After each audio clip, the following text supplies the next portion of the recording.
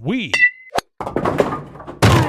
are Rogue Media Sports. Hey, it's Mark Goodman. And I'm Alan Light. On today's podcast, Record Store Day founder Carrie Colleton is joining us to discuss the April 20th RSD special releases. Plus, we'll talk live with our audience, the Sound Up Pod Squad, and find out who still listens to vinyl. And some updates from the Beatles universe. Oh, good. Sound Up with Mark Goodman and Alan Light, the only music podcast that matters. Get it on Pandora, Spotify, Apple Podcasts, or wherever you get your podcasts. It is Matt Mosley alongside Ed Werder, live from Frito Nation Productions, and this is our special podcast, the reaction to the full Cowboys draft. Day 3 is in the books. We are together here on Sunday afternoon and want to have this to you Sunday evening, and as you make your commute Monday morning, Ed and I have been going up and down the list. We've graded all these picks. We've talked to folks around the league about them. And, Ed, some pretty crazy news. We'll get into this more in depth, but as if it's not enough to have the NFL draft right in our own backyard, out in AT&T Stadium in Arlington. NFL Network, by the way, kept saying they were in Dallas, but that's okay.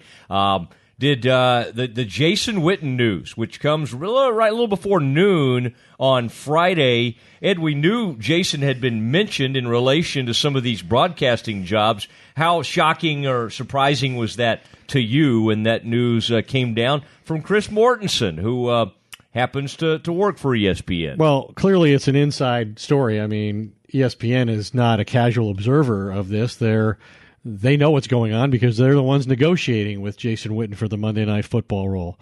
I think I was no more surprised than Jerry Jones and Stephen Jones were. I'm just not going to pretend that I'm not surprised. I think that caught them totally unaware and ill-prepared, and understandably so, because less than a week ago, Jason Witten was quoted as saying he intended to play until he was 40 years old. And, he's an iconic player in Cowboys history. One of the great guys I think either one of us has ever covered. There are few players I respect more than I do Jason Witten for the way he went about just about everything. Jason Garrett thinks he's the epitome of a professional football player. Maybe that's accurate. But at the same time, I think if we're going to be honest, and that's what we pride ourselves on here, his productivity had greatly diminished. And so I think his importance to them was primarily that of, providing leadership and setting the right example in terms of work ethic and so forth. Yeah, and he was a reliable guy. He was where he was supposed to be on the field, and he was somebody Dak could always go to get the ball out of his hands. But when you look at it statistically, 3 plays of more than 20 yards last year, the fewest of his career, 1.6 yard average after the catch, worst of his career. So I think Jason Witten gave the Cowboys a good 15 years. It's too bad they couldn't reciprocate and get him to a Super Bowl. Yep, they certainly couldn't do that, and so the Cowboys continue to be an incubator for great broadcasters. Not much on playoff wins, but they certainly are a pipeline for broadcasters, and here we go, Ed. We are a pipeline for information, and we're going to deliver a lot to you. If you're wondering the backgrounds on these players and you didn't get quite enough the other day while watching the draft, we've dug into this. We know what people around the league are saying. Frito, let's do this. Play the music, sir.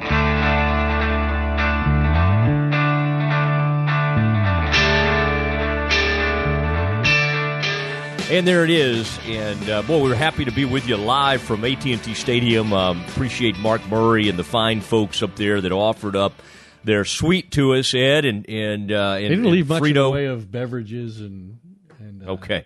Ed's going to complain about the lack some hors d'oeuvres. We were in the media lounge area, and we had access to a lot of things there, Ed. I don't know if you ever made your way down there, because I know you were very busy. Not big on chicken thighs, to be honest with you. I worked that interview room. Now, you had these guys exclusively on Westwood One. Correct. I sort of had to get them with everybody else, but had some good moments with them. Ed, we shared our interviews with Leighton, Vander, Esch the other day. We'll, as the weeks unfold, and I'm planning on us, Ed, you can come with me if you want. I hope you will.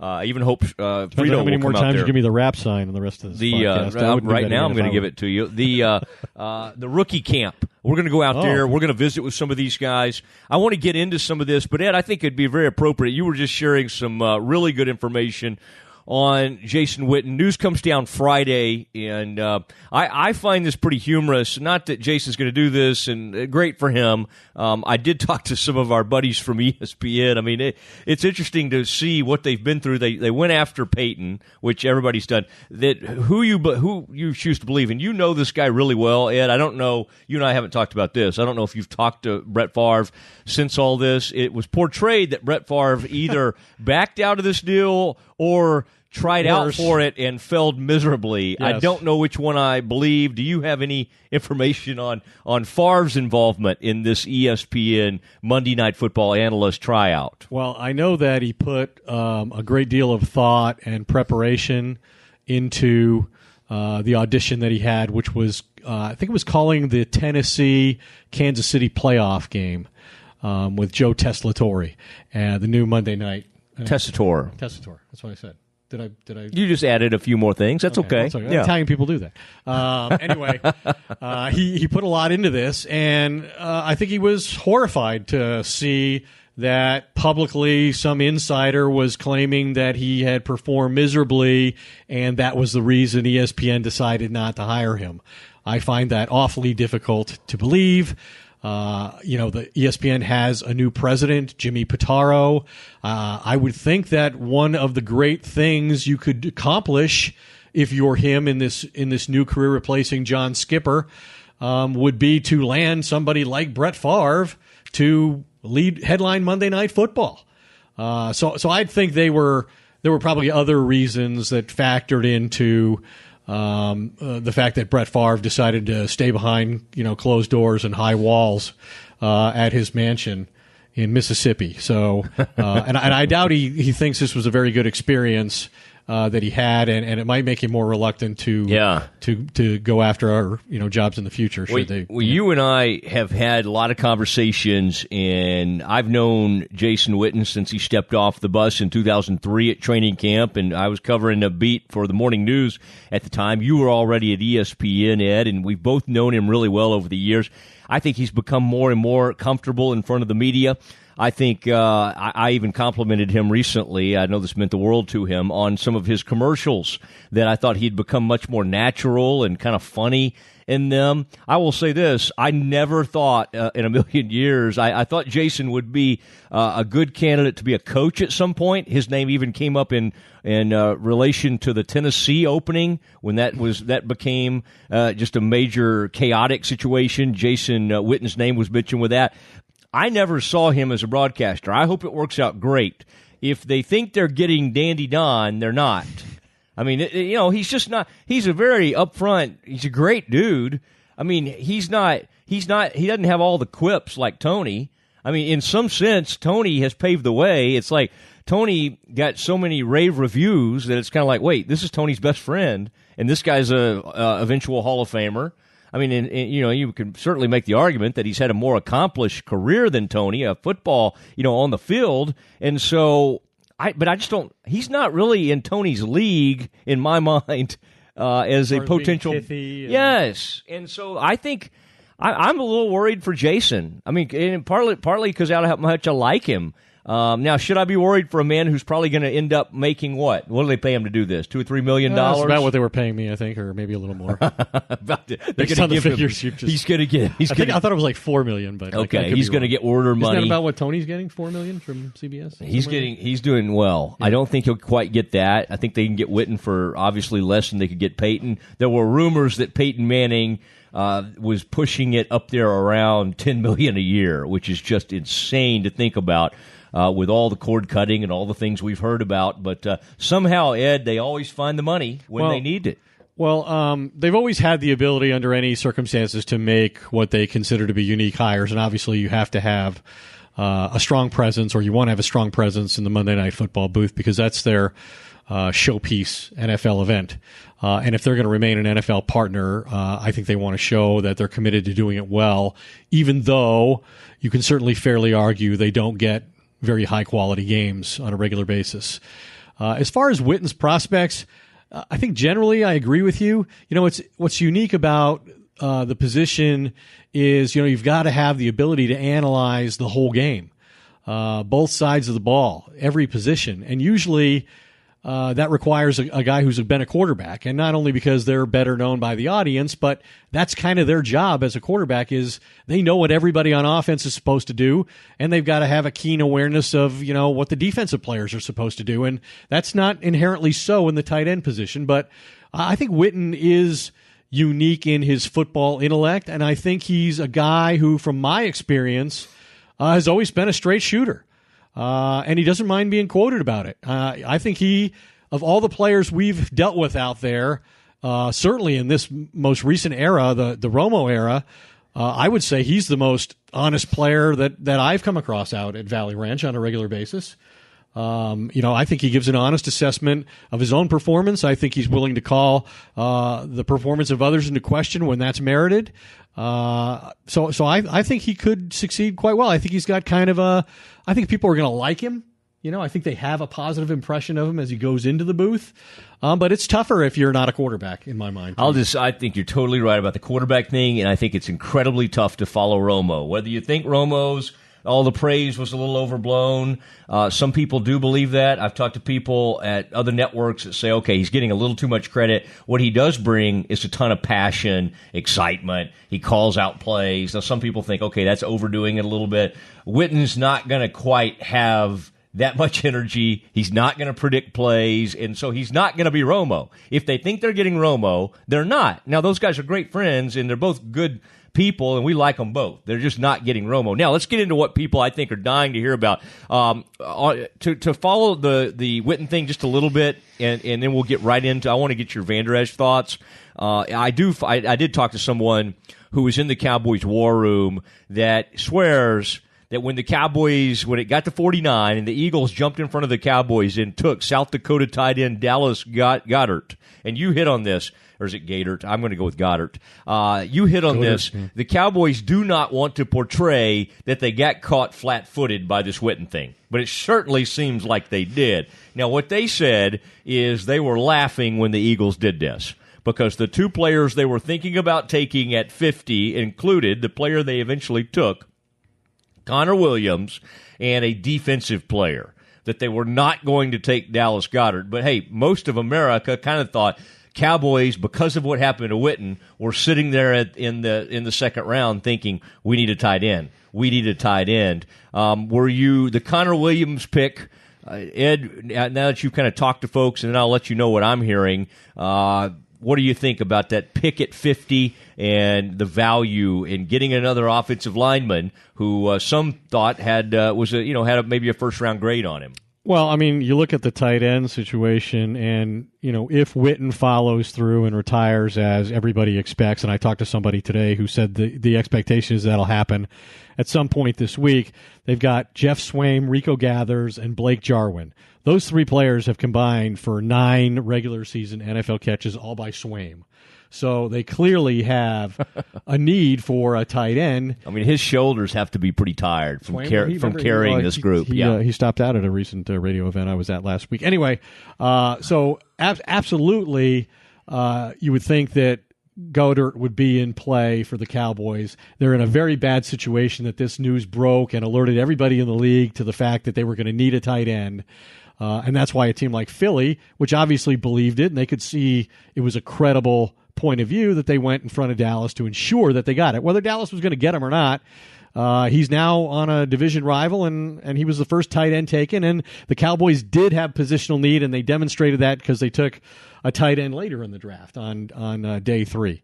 But I think that when you look back at what happened to the Cowboys in 2017, two of the things beyond the Ezekiel Elliott suspension that undermined them was not having enough quality offensive linemen. They couldn't survive the loss of Tyron Smith at left tackle. And on top of that, they lost their starting left guard in Jonathan Cooper. So this will allow them to presumably replace him if Connor Williams plays up to expectations as a rookie, and they can leave Lael Collins out where they think he's best, which is at right tackle. So I think that pick makes sense. And then Leighton Vander Esch, I think, solves another problem for them, which was, they can't win without Sean Lee. They're 1-8 without Sean Lee in their last 9 games when he's been injured. He's 32 years old. They rely an awful lot on him. So I think both those picks made a lot of sense.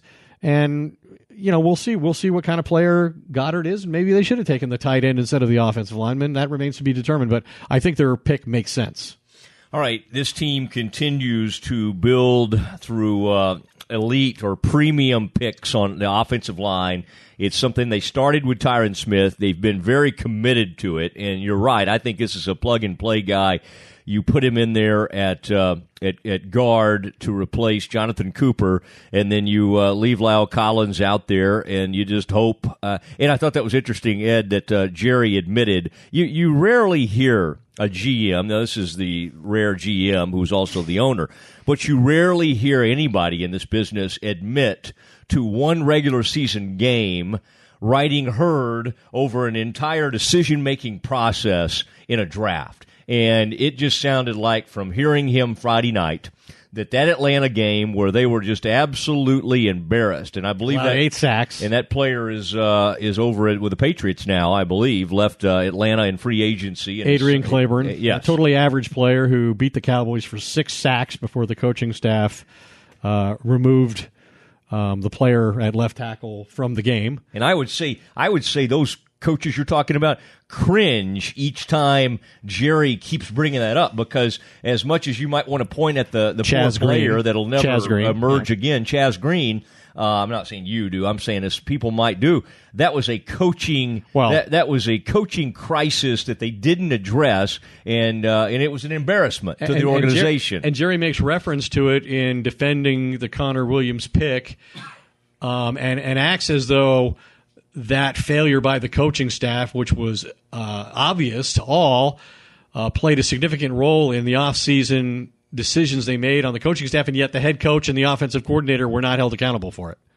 Right? They ran off Frank Pollard. No, not only were they not held accountable, from what I can sense, Pollock was the offensive line. Pollock, correct. Frank Pollard used to play fullback for Baylor and then the Steelers. I would say that as we look at some of these picks, and Vander Esch, I want to get a couple more your thoughts on Vander Esch. Here's the criticisms. Okay, they say he's kind of a stinger waiting to happen. He had a neck injury that held him back. That's one of the reasons he only had the one great season at Boise State. Cowboys continued. They took some players here that really were kind of one-season players. Now, it was a great season. Now, here's the other thing that's held against him.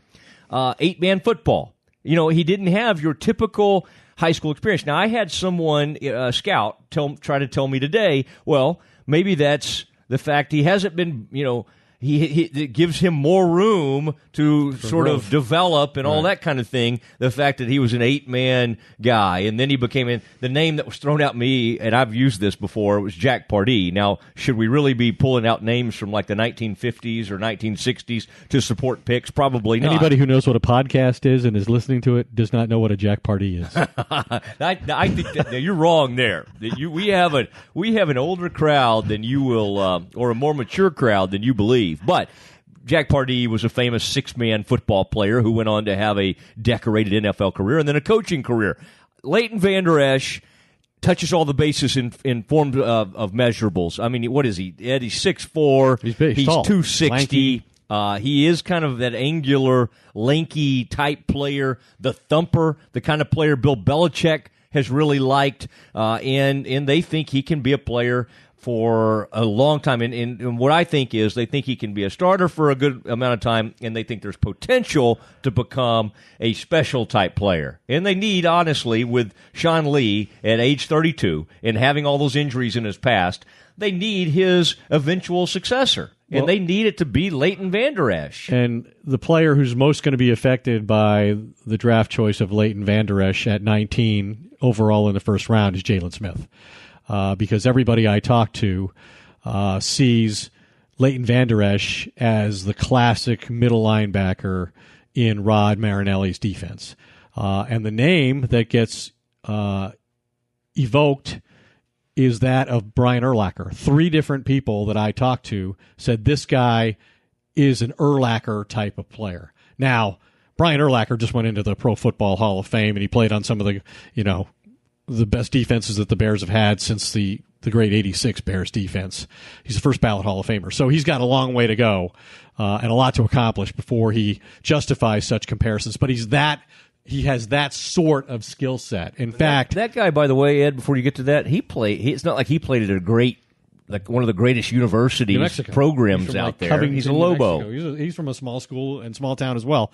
But so I talked to a lot of people about Vander, Esch, and I talked to people who had a real expertise and a background with Marinelli and really understand his defense. And here's what a few of them said. This is from a head coach. He's a very good fit. Kid has great ability, great talent, plays downhill, uses his hands very well, but I would like to see him improve at that. This was also, interestingly enough, a criticism of Urlacher when he came into the league, that he didn't fend blockers off of him effectively. And he said because he's such a physical player, he tends to use his shoulder and forearm a little bit, so when that happens, there's a propensity for him to get grabbed or held by the blocker. He has to learn how to use his hands to keep people off him so he doesn't get tied up with offensive linemen. He has good play strength, but instead of using his hands to punch guys out, he uses his shoulders and forearms to knock guys back, and they can lock onto him, and it's hard for him to shed those guys. Now the guy's reading directly from his scouting report. He says, I wrote he has a tendency every now and then to locate the ball before he defeats the blocker. He has to learn to defeat the blocker first. If you don't defeat the blocker first, he'll always be on you as you're trying to make the tackle. Great zone awareness and coverage, like his vision. Makes plays on the ball because he plays with good vision. Little stiff through the hips for me. You hate to hear that. And the reason I say that is he tends to stand up tall and play from a tall position.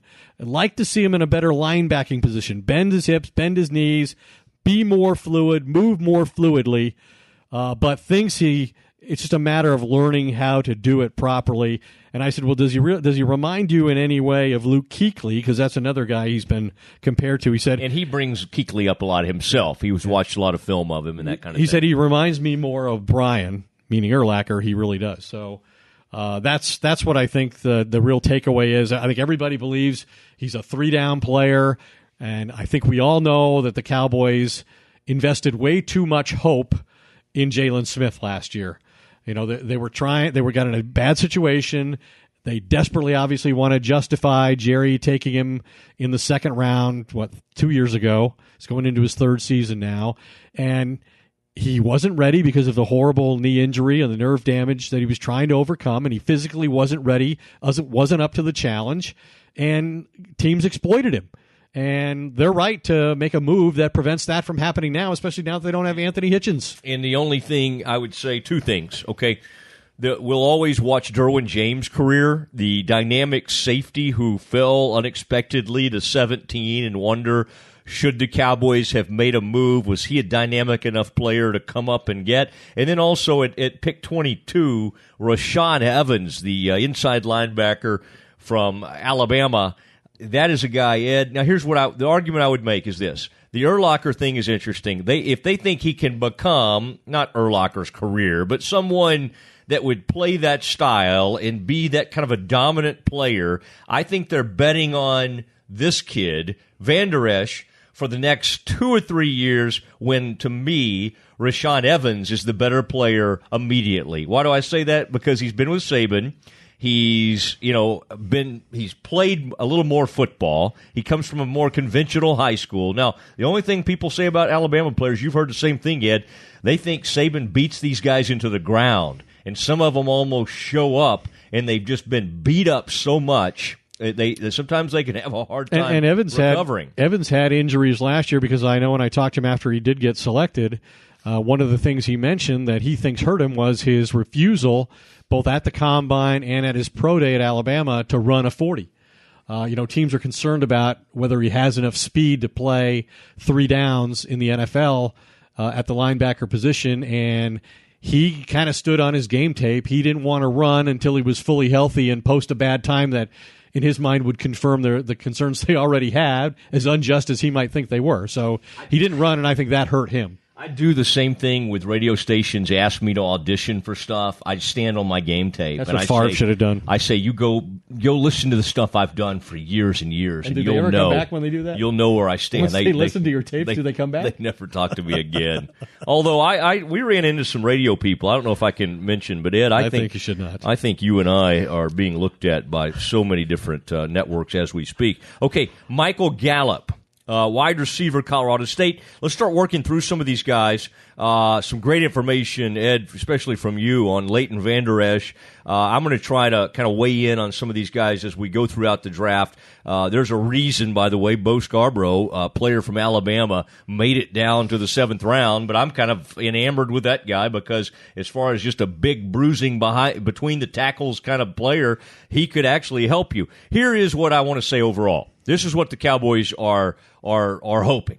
They want 3 starters from this group of how many players? 10 players? Vander, Esch. They want 3 starters, Williams. And they want 2 really, in addition to that, 2 really nice contributors. Yeah, role player kind of guys. And so is Dalton Schultz the tight end, the 3rd starter, or is Michael Gallup the 3rd starter?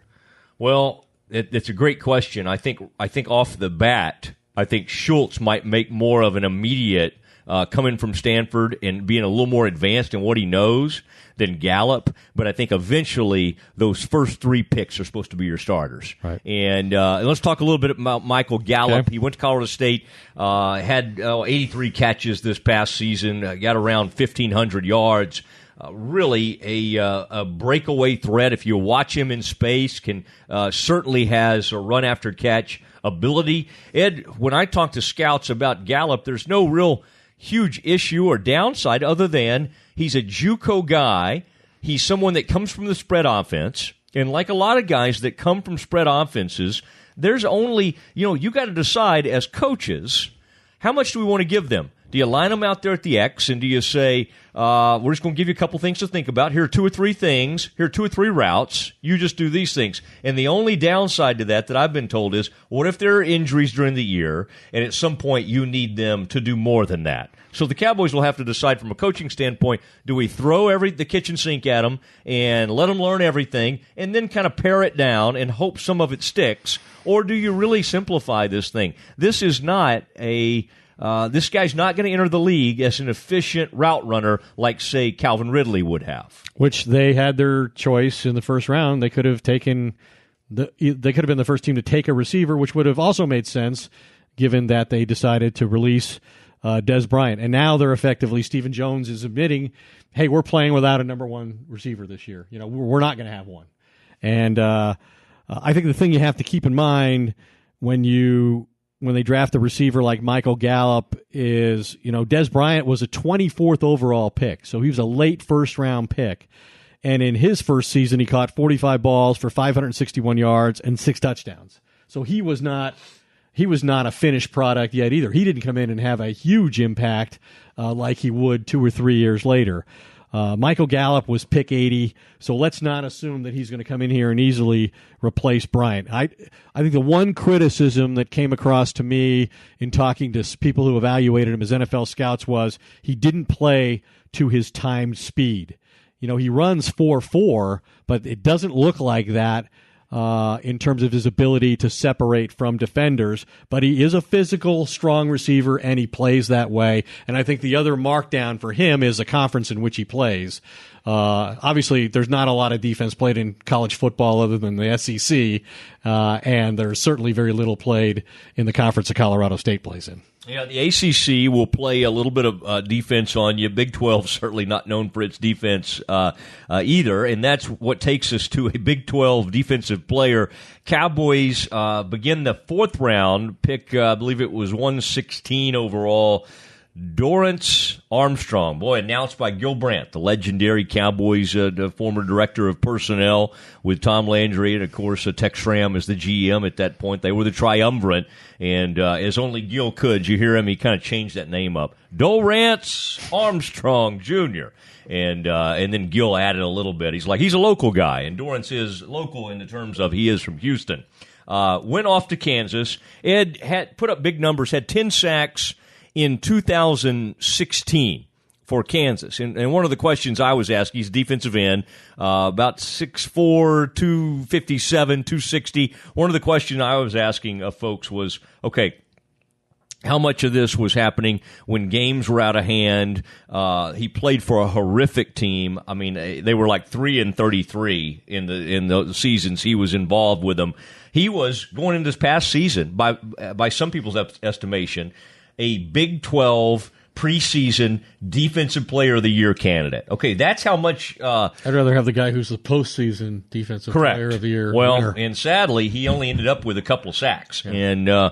And his biggest moment, they beat a bad Texas team. It was Charlie Strong got fired right after that, and beat them in overtime. That was a huge win for Kansas. And Dorance Armstrong Jr. Was taken by the Cowboys. Now, here's what they think about him. They think he's a good guy that could continue to develop, always played with a huge motor and has a chance. I'll say this. Newey Scruggs, our friend from NBC, tweets out there, says he talks to a Big 12 coach. I always hate it when you let some coach take a shot at a kid anonymously, but okay, here we do it. Here we come. No. He did it. I'm not saying I don't like doing this. I don't like quoting people that do it, but it's already out there and everything. Newey quoted a Big 12 coach saying the old sort of sexist saying, "Looks like Tarzan, plays like Jane." Kind of thing on Dorance Armstrong Jr. I think we that's should say that here about Vince Albritton when I first got into the market. God, that's a throwback. That's a throwback. Number 36, I believe, perhaps. He could give up a touchdown pass or two on you. Anything from you on Dorance Armstrong Jr.? Anything to add on him, or you think I touched all the bases on him? I mean, it's not uncommon to be able to find guys who can contribute as a rotational player in your defensive line in the fourth round. The Cowboys have done it many times, and I think they're banking a lot on getting the guy who was at his best and got registered 10 sacks, seeing that guy. I think that's totally what they're doing, is saying, hopefully we got the guy that 2016 was very dynamic, and I don't know what exactly happened in 2017, although he played on a horrific team, and it's kind of hard to keep your confidence up. Okay, we talked a little bit about Dalton Schultz, tight end from Stanford. Here's what I've been told about him, Ed, that jack of all trades, master of none. Now, it sounds like kind of a backhanded compliment. I honestly think the person who said that meant it as somewhat of a compliment. Guy that can do a lot of things for you will be able to excel at any of them. Maybe at some point we'll be able to. He has pretty good hands. We'll be able to make an impact in the passing game, but just wasn't asked to do that. David Shaw told Chris Mortensen, that he believed this was one of the best guys, best all-around tight end, that had come through in recent years, and that includes Zach Ertz has been through there. He's certainly a really effective pass catcher for the Philadelphia Eagles. They've had some nice players come through there, so we'll see. I mean, they need Schultz to be good, and they need Rico Gathers, and he had all these concussion problems. This is the former basketball player from Baylor. They need one of these guys to emerge, whether it's Swaim, Gathers, Jarwin. I mean, this is not a group with a lot of pedigree. Well, the word I got from people at the Star on the coaching staff is that they see Schultz as a good, young, high-character guy, good football intellect, excellent blocker, not a great college receiving tight end in terms of production, but he has good skills.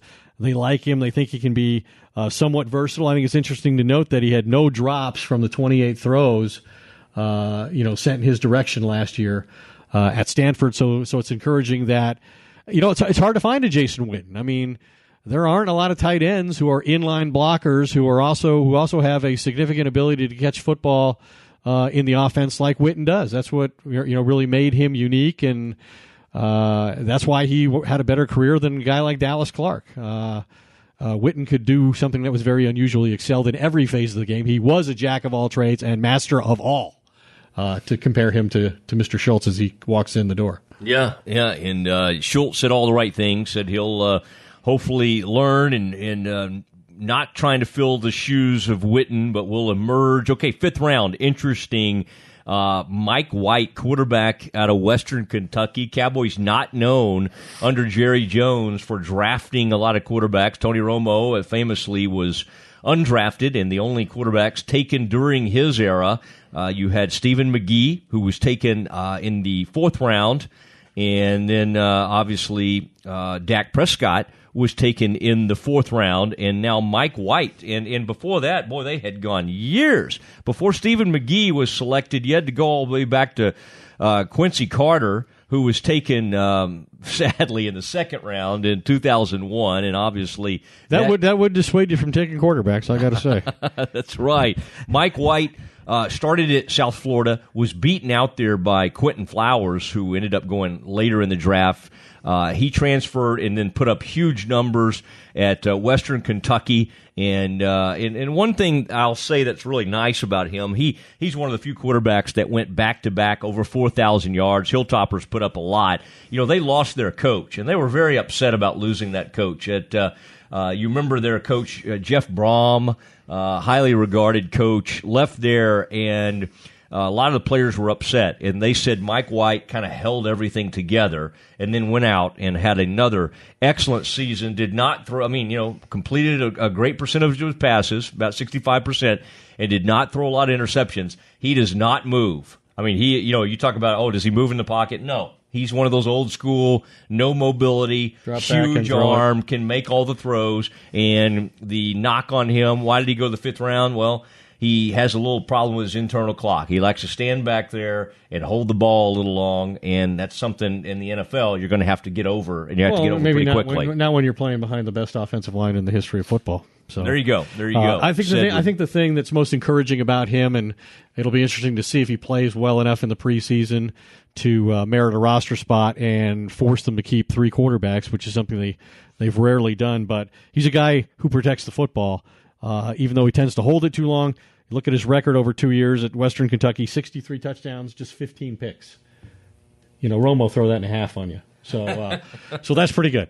Just kidding, Tony. We still love you. That is. Tony, come on here. I know Ed made you mad last year, but it's time to come on. Okay, and Tony does listen to the podcast, and we appreciate that. Chris Covington from Indiana. We're getting the 6th round. You get some kind of what you call developmental players at that point. It's always funny. Most players, did you expect to go earlier than this? And a lot of players, yeah. Did you think you'd fall this far? No, I'm going to come in with a chip on my shoulder. And I like this kid. This kid was honest. This kid was quoted saying, I really thought there was a pretty good chance I wouldn't get drafted. I kind of like that. The honesty there. 1 year type player, 1 year, starter. You got to wonder about a kid at a place that's obviously not a great football program. Indiana, known more for its basketball, to only have the 1 year as a starter. But Ed has some upside. He's big, tall, outside linebacker who has some speed, incredibly raw. They'll just get him in here and see if they can develop him. And I would think he would be a great candidate to put on the practice squad and see if they could. Sounds like a special teamer. Yeah, maybe. Best. Yeah, maybe a special teamer. But they don't have a lot of linebacker depth, so if you're going to come in and make this team somewhere, I think that's a good place to try and do it. And then the other interesting move comes in this same round. Oh yeah. And who would have thought that the Cowboys would make 2 trades during the draft and neither would involve Earl Thomas, the Seahawks safety that everybody in the league knew the Cowboys were trying to acquire. Would probably have cost them their 2nd or 3rd round pick. It's my understanding that there was quite a bit of conversation between the 2 franchises, even into the 3rd round, but neither was ultimately willing to move to get the deal done. And so as of now, Earl Thomas remains with the Seattle Seahawks. But the Cowboys did acquire another, I guess he's a receiver. That's the position he supposedly plays. That's what's listed next to his name, but he's really not much of that. Kind of a hybrid player at this point. Tavon Austin is an interesting guy because we know the offseason priority for the Cowboys franchise was to get more speed on the field, create more matchup problems, make more explosive plays, and give Dak guys he can go to with easier throws. And, Tavon Austin, I think, is going to play an interesting role in terms of, talking to some of the coaches. They loved him coming out when he was the 8th overall pick in the draft. 2013. feel like there were too high expectations on him as a high first-round pick. Now he can go in and be great in a specific role.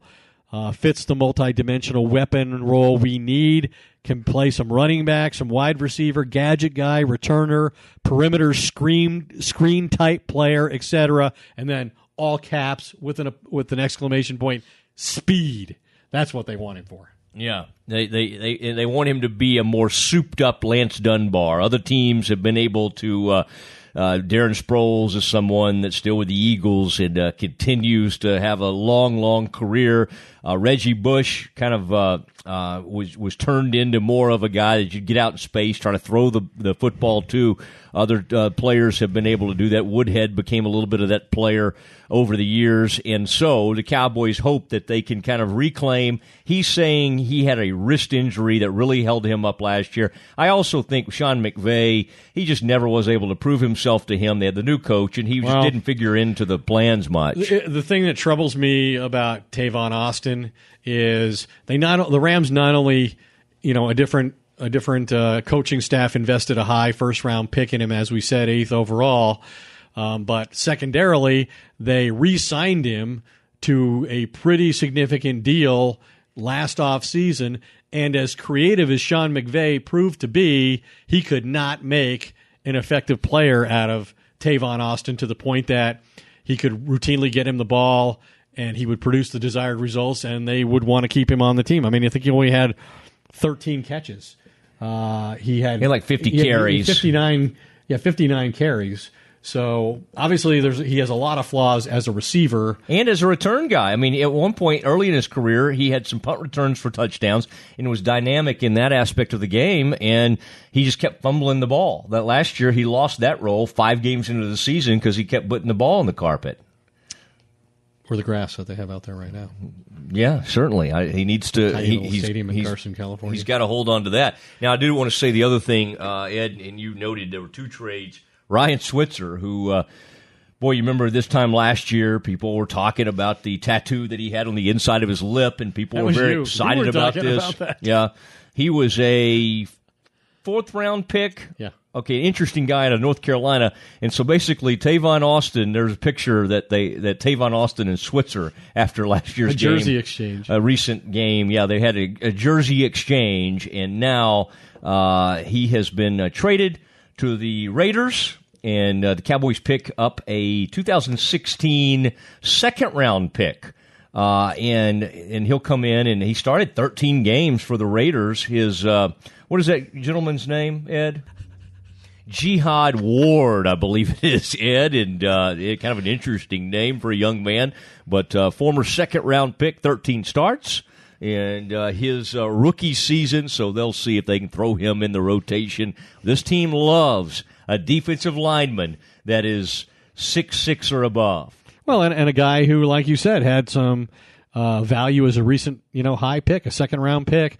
Kind of an odd trade to me.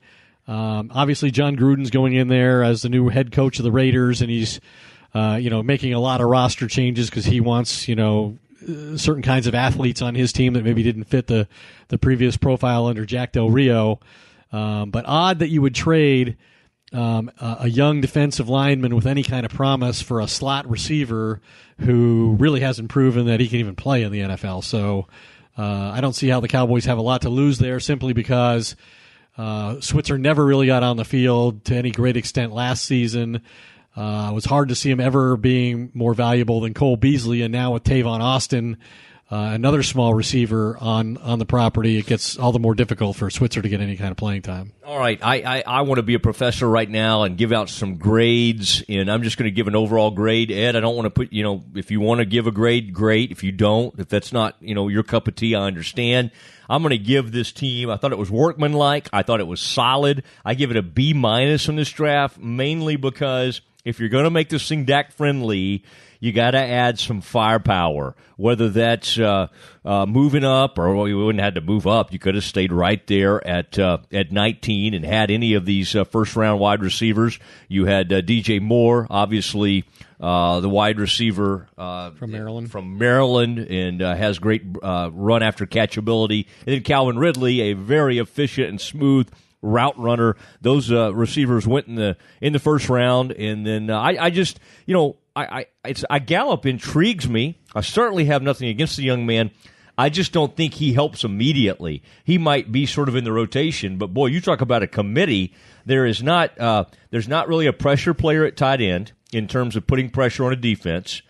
There is not a true breakaway threat or anything that's just going to scare you on this in this wide receiving core. Tavon Austin has the speed to do something, but he doesn't have the production to back that up recently. So I would give it a B- because other than bringing in another lineman to maybe enhance the running game and then also block up things for Dak, I mean, that's Dak friendly.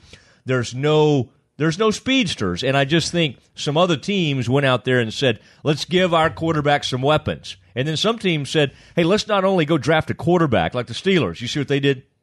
Let's go get Mason Rudolph from Oklahoma State. And then, oh, by the way, this speedster wide receiver that he has great chemistry with, James Washington, let's also bring him in. Some of those drafts grab my attention for the weapons they brought in. Well, I think it's interesting that we saw, Jared Goff with the Rams and Carson Wentz with the Eagles. Their teams last offseason went out and did everything they could to acquire weapons to make their quarterback a better player. Whether it was, signing veteran free agents like, Torrey Smith and Alshon Jeffrey, and then making a late trade for Jay Ajayi, as the Eagles did on their way to the Super Bowl. Or the Rams going out and getting Sammy Watkins. They did everything they could to make their quarterback better. I think some people would argue the Cowboys did the opposite with Dak Prescott going into year 3, in that they've deprived him of the guys he relied on the most. I mean, I think Des Bryant and Jason Witten probably caught 48% of the passes that he threw last year. I guess I would argue that when you look at it that way, you're seeing Des Bryant and Jason Witten at their best, and it's been a long time since we've seen either one of those guys produce at a Pro Bowl type level.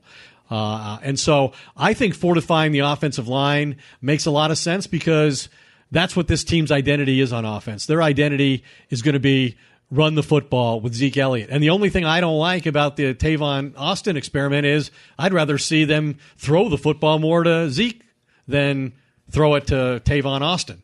I don't want Tavon Austin taking touches away from Zeke Elliott that he could be making in the passing game.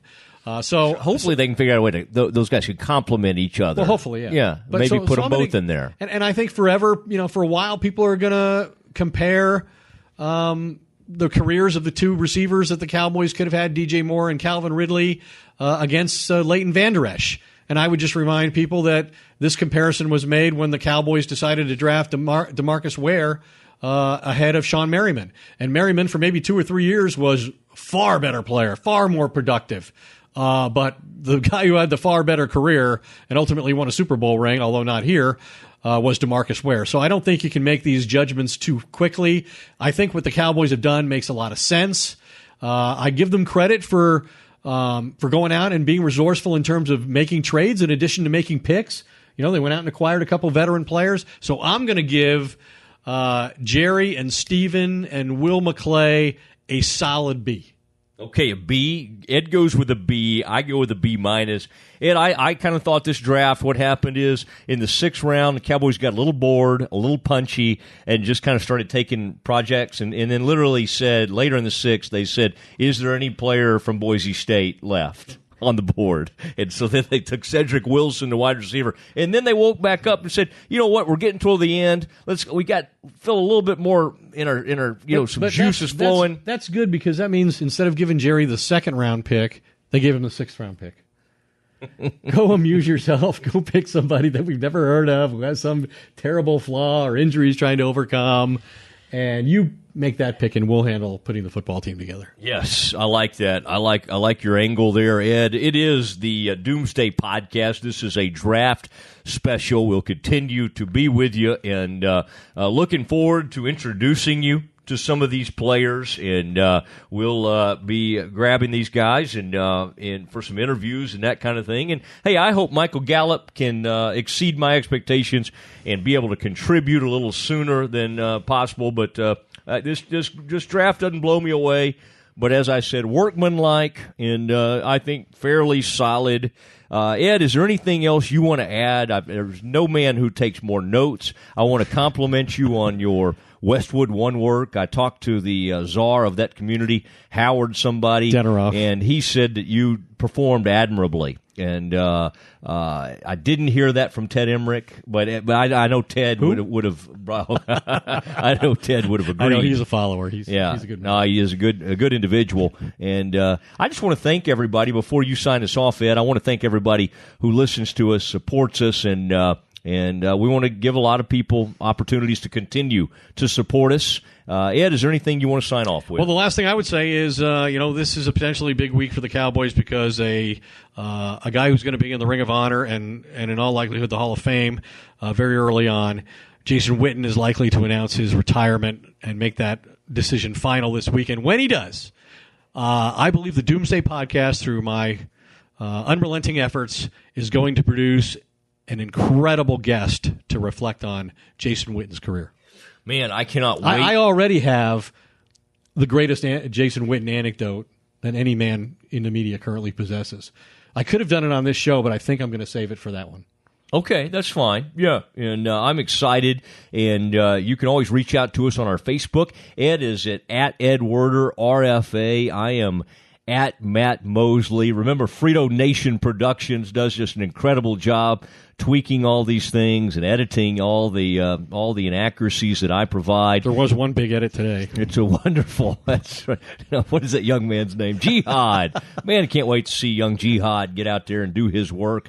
Ed, been a great few days. Appreciate all your hard work. Good stuff. And we will talk to you soon. Good night, everybody. Live from far North Dallas.